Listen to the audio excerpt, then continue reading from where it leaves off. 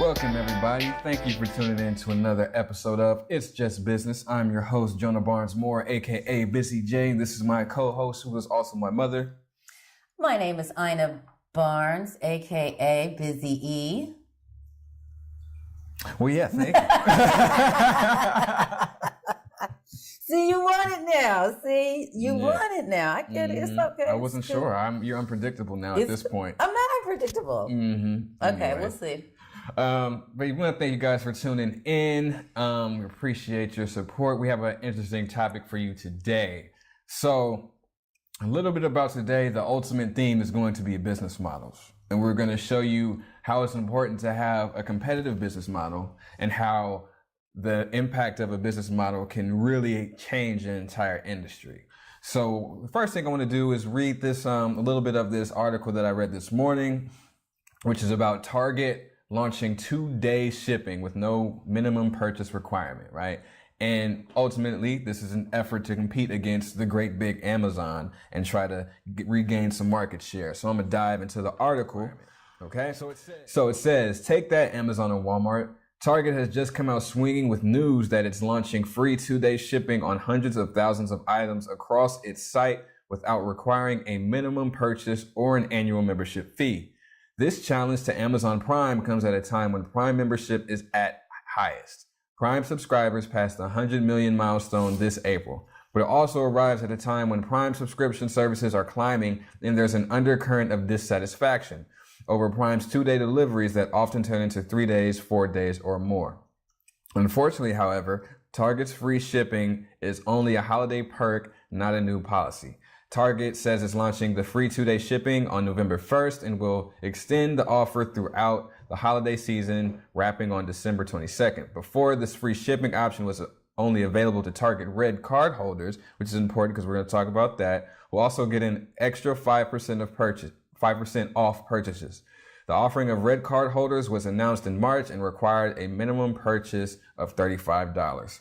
So this is telling you that Target is trying to innovate its way back into the market, or to make sure that it doesn't fall off as one of the larger retailers in the US. So it had to follow suit and compete with Amazon and Amazon Prime by offering some form of 2-day delivery, right? Mm-hmm. And so they took it a step further by not having to not allowing a customer to have a membership with them. So you can take that out. All you have to do is use their card for right now, right? But it's extended to everybody during the holidays. But after that, if you have that Red card, if you're a Red card holder or whatever, it's free 2-day shipping with any purchase that you use with that card. So you can see the differences between the business models, right? So let me break down what a business model is for those of you guys don't know.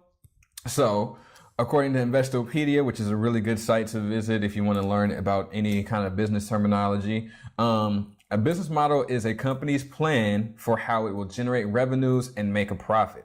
It explains what products or services the business plans to manufacture and market and how it plans to do so, including what expenses that it will incur. Now, we're not going to get into the deep dive of, what the expense is, who's doing what, and how it makes a profit, but we want to follow pretty much the money and the strategy. We were thinking big picture here. So the money and the strategy, we're going to get money from a consumer into our company, right?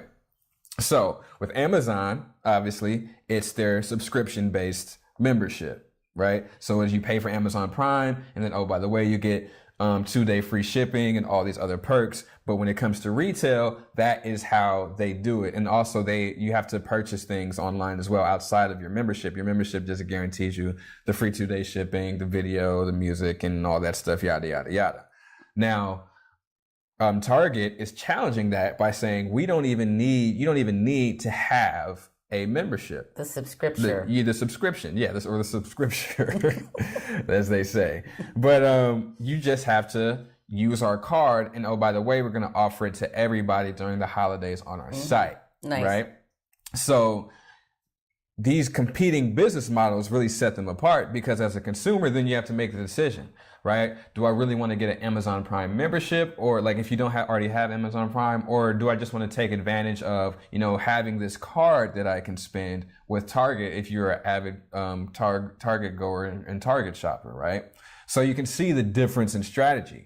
But the ultimate goal is to compete for market share, compete for that consumer. Because, not a lot of people like the idea of subscriptions, right? They rather, I'd rather just have a Target card where I can go, and every time I use this Target card, it can come to me free 2-day shipping, right? And so this is a really good move by Target, especially with the holidays coming around, because people are going to be buying things for Christmas and doing all the Christmas shopping, and it's going to get real crazy. So to offer that service to everybody is a really smart move. And this is a good way for them to test out, can we just offer free 2-day delivery without even having to use the card or whatever? Can we just offer that to consumers? This will be a good test. Now, granted, it's kind of biased because obviously the holidays are coming around. So everybody's spending.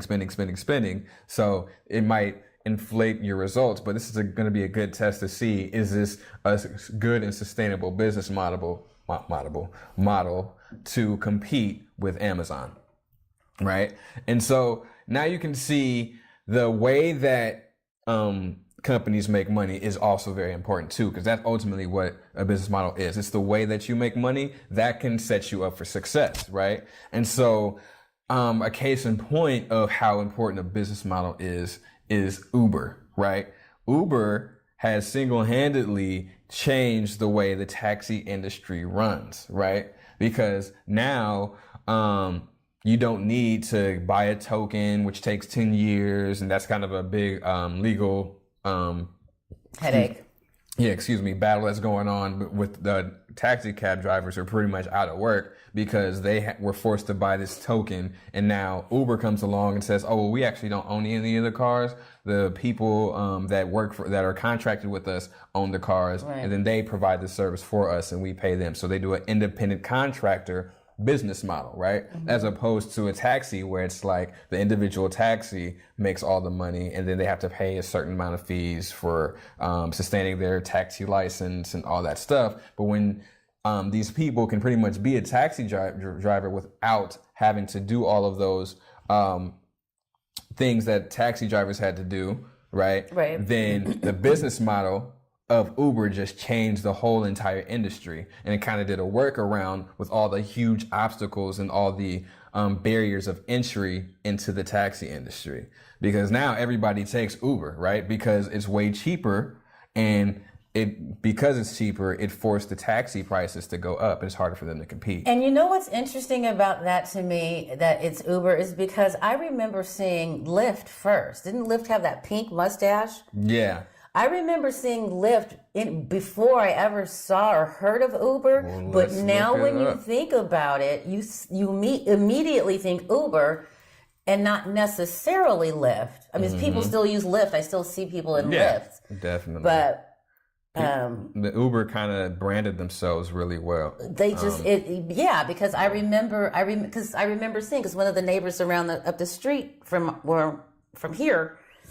So the consensus is Lyft has been around longer than Uber, but Uber branded themselves really, really well, which we'll talk about in another episode. Because I remember seeing Lyft first, but now when people think about this specific service, they say, "Oh, I'll just Uber it." It's Uber has become synonymous with the service. Right. So it said Lyft has been around longer than Uber. They used to be Zim Rides and started in 2007, while Uber launched in 2009. So Lyft was first, but they still had that same model. So just having a model can be very, very, very influential, right? And could change the entire industry and the way how it works.